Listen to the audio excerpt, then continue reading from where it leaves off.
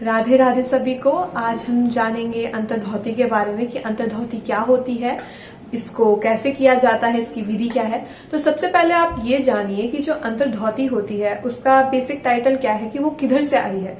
तो ये षटकर्म के अंदर होती है। षटकर्म के अंदर एक बड़ा सा टॉपिक है जिसका नाम है धौती। धौती का मतलब होता है धोना, यानी कि हमारे शरीर की जितनी भी क्लींजिंग, हमारे शरीर के जितने भी सफाई का काम होता है, गंदगी शरीर से बाहर निकालने का काम है, उसको हम धौती कहते हैं। अब धौती के अंदर 3 तरह की चीजें आएंगी। पहला होता है आपका अंतधौती, दूसरा है आपका दंत धौती और तीसरा है आपका हद्र धौती। तो सबसे पहले हम बात करेंगे कि अंतधौती क्या होती है। तो अंतधौती के अंदर सबसे पहला, क्योंकि इसके भी भाग हैं, ये 3 भाग हैं, इसका भी एक भाग है अंतधौती, और अंतधौती के अंदर 4 भाग हैं। वो है वातसार, वारीसार, बहिष्कृत और अग्निसार।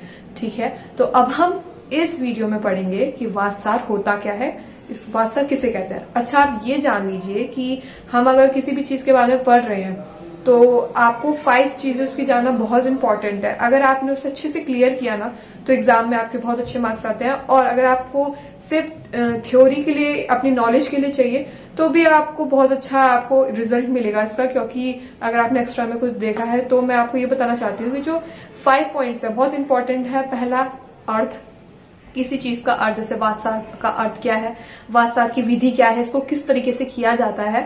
थर्ड इज कि इसके विधि तो आपको पता ही चल गई, इसके लाभ क्या हैं, इसकी सावधानियां क्या हैं, कि ये सावधानी क्या रखनी चाहिए, वातसार से हमारे शरीर पे क्या इम्पैक्ट पड़ता है, क्या प्रभाव होता है, उसके बारे में हम इसमें पूरा वीडियो पे आज चर्चा करेंगे। तो सबसे पहले मैं आपको बता देती हूँ कि जो वातसार है, वात का मतलब होता है वायु, और अंतर्धौती वातसार, तो वात का मतलब है वायु और अंतर्धौती, धौती का मतलब है धोना, यानी कि वायु के द्वारा अपनी बॉडी की जो पेट है, आपका जो पेट है, पेट के अंदर की जो गंदगी होती है उसको बाहर निकालना। तो ये इंपॉर्टेंट पॉइंट है, याद रखिएगा कि इससे क्या होता है, आपकी पेट की सफाई होती है अच्छी तरीके से और सारी गंदगी जो होती है बाहर निकल जाती है। अब वो बाहर कैसे निकलेगी आगे मैं आपको बताऊंगी धीरे धीरे, स्टेप बाय स्टेप। ठीक है, तो पहला आपका पॉइंट है कि अब आपको अर्थ पता चल चुका है कि ये इस बात का मतलब होता है वायु और धौती का मतलब होता है धोना, यानी कि वातसार अंतर्धौती, वायु के द्वारा अपनी शरीर की सफाई करना।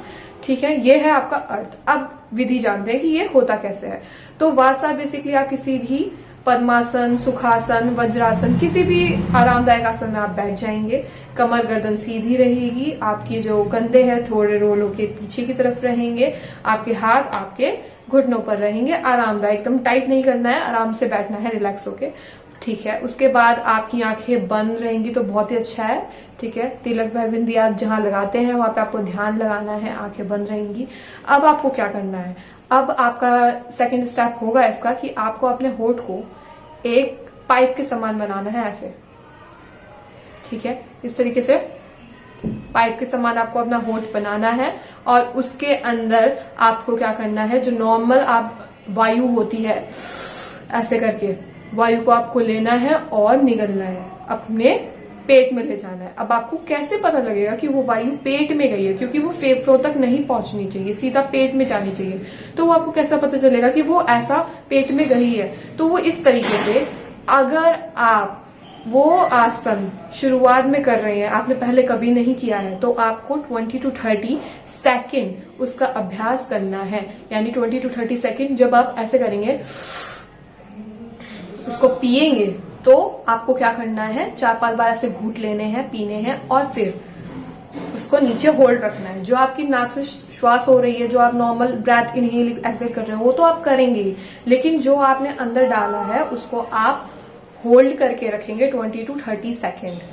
ठीक है, इसके साथ और कोई क्रिया नहीं होगी, सिर्फ आप उसको होल्ड करके अंदर रखेंगे।